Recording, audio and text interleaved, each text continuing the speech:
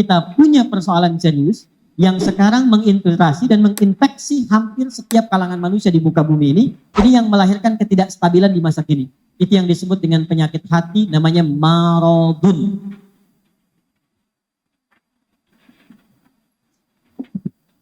Kenanya ke kolbun.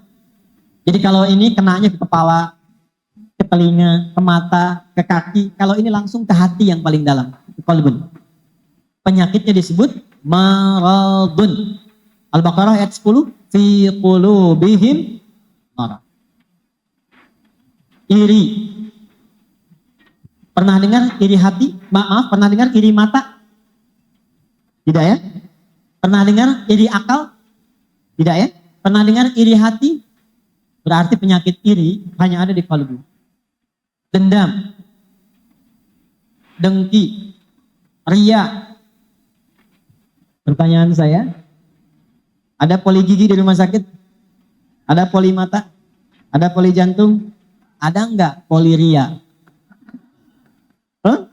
Baik. Poli iri, poli dendam, poli dengki. Padahal, maaf, kalau orang sakit kepala, sakit fisik, sakit tangan, ya, yang terkena hanya bagian fisikalnya saja. Tapi kalau sudah kena yang ini semua kena, Pak.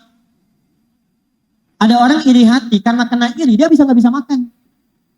Pusing saya, yang pusing kepalanya. Kenapa Anda pusing? Itu kawan saya tiap hari ganti handphone. Yang ganti handphone temannya, yang pusing dia tuh. Ini bahayanya di sini. Apa yang ingin saya katakan? Kalau kita mampu mengendalikan yang ini, Pak, ini ada di sini kita ada calon-calon bidan, calon perawat, calon macam-macam ilmu kesehatan. Anda bisa bayangkan nggak? Orang yang datang misalnya belajar, tapi ternyata pengajarnya terinfeksi penyakit di sini, itu bisa bermasalah.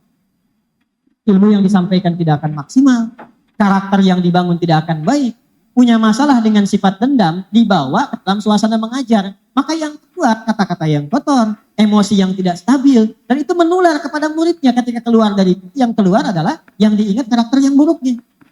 Makanya komentar Imam An-Nawawi ke dalam para pengajar ketika akan mengajar, kata beliau, sebelum masuk ke kelas, tabitkan dulu semua keadaan emosinya.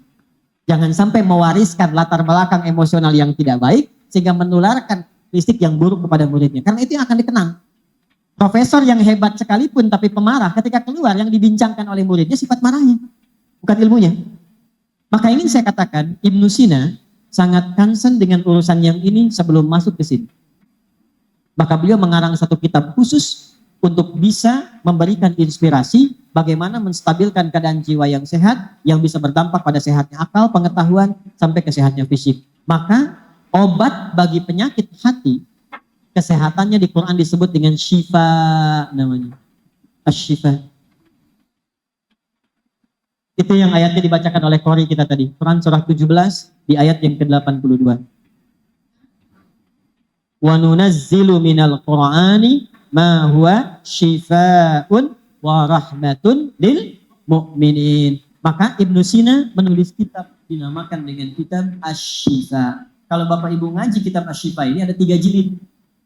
Kalau Kapitas Lekta Kedokteran, Canon Fitbit, ya, The Canon of Medicine itu langsung ke fisikal. Yang obat, yang sumber, yang ini. Tapi kalau Asy-Syifa itu membedah tubuh kita dulu dengan 3 pendekatan. Di rohnya bagaimana, emanasinya seperti apa, jalurnya kemana. Jadi kalau psikolog itu misalnya memberikan solusi ketika muncul perilaku, tapi kalau ini ilmu nafsi memberikan solusi sebelum jadi perilaku.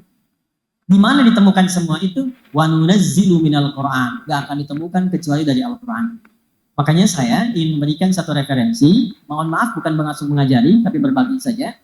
Kalau kita ingin mengadakan satu kuantum dalam lompatan pengetahuan, kestabilan dalam kesehatan, apalagi ini lintas paletehan, maka kami mengusulkan